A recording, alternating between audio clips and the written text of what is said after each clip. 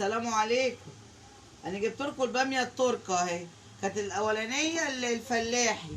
انا وعدتكم كل ما اجيب حاجه هنزلها لكم عشان اشجعكم تجيبوا كل حاجه وتغزلوا في بيتكم.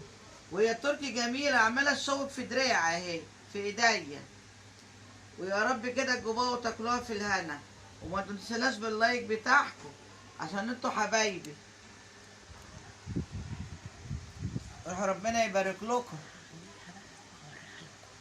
عقبال ما اقمعها وهسلقها واعملها، يعني اوضبها وراك وانا بعبيها.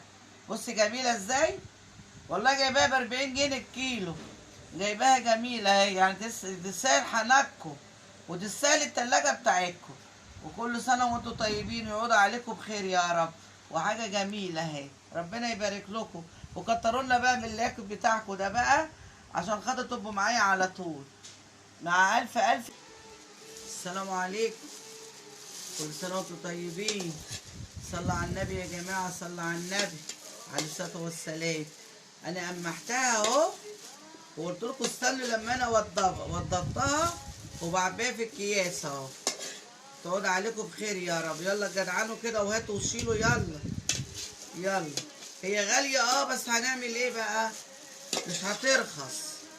الحقوا بقى شيلوا يلا. وكل سنة وانتم طيبين ويعود عليكم بخير يا رب وتاكلوها في الهنا يا رب. يلا السلام عليكم، تصبحوا على خير.